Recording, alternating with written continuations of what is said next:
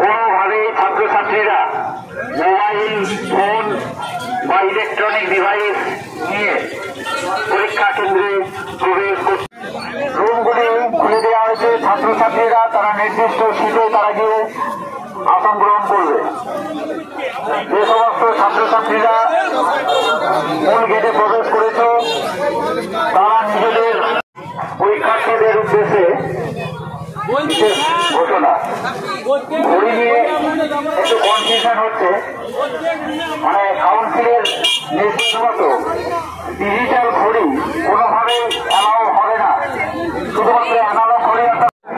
পরীক্ষা দিচ্ছে তো এরা বলছে কোনো ঘড়ি অ্যালাউ নয়, তা তো নয়। নর্মাল ঘড়িগুলো অ্যালাউ আছে, তাহলে সবারই ঘড়ি কেন ক্যান্সেল করছে?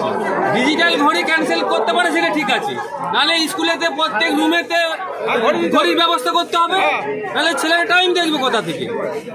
এইটাই আমাদের গার্জেনদের বক্তব্য। সমস্ত ঘড়িকে স্কুল কর্তৃপক্ষ ক্যান্সেল করছে।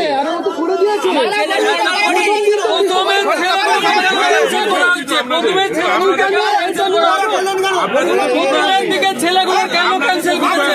আমাদের বক্তব্য এইটাই, নর্মাল ঘড়ি কেন এলাও নয়, সব ঘড়ি এলাও করা হচ্ছে।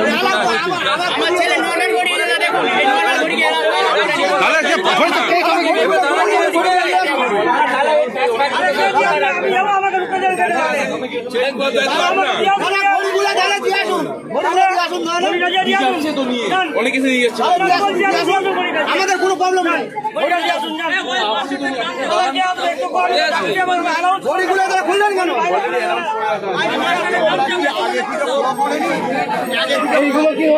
ছাত্রকে ঘড়ি খোলা করিতে, কিন্তু ডিজিটাল ঘড়ি এলাও নয় সেটা সবাই জানে। তাহলে সেটা কেন আবার নতুন করে বলছে যে ঠিক আছে ঘড়ি চলবে, ডিজিটাল ঘড়িটা অথচ আমরা বললাম তার স্কুলের রুমে রুমে ঘড়ি করে দেন, তখন বললো সেটা এখন আর সম্ভব নয়। এরপরে বলছে আপনারা ঘড়িগুলো দেন। আপনারা কি চাইছেন?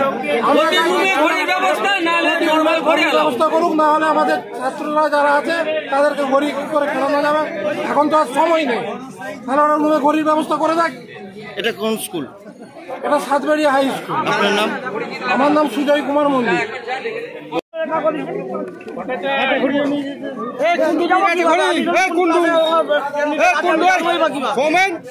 ছেলে লিখে অসম্ভব না দিয়েছিস না, দিলে তো দিয়ে দিত। কি করি সিম্পল ঘড়ি।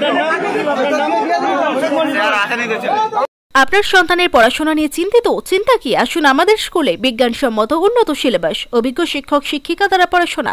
2024 শিক্ষাবর্ষে প্লে গ্রুপ 2+ হইতে 5ম শ্রেণী পর্যন্ত ভর্তি চলিতেছে। যোগাযোগ Sripur national primary institute, Kamarpukur, ডাকবাংলা।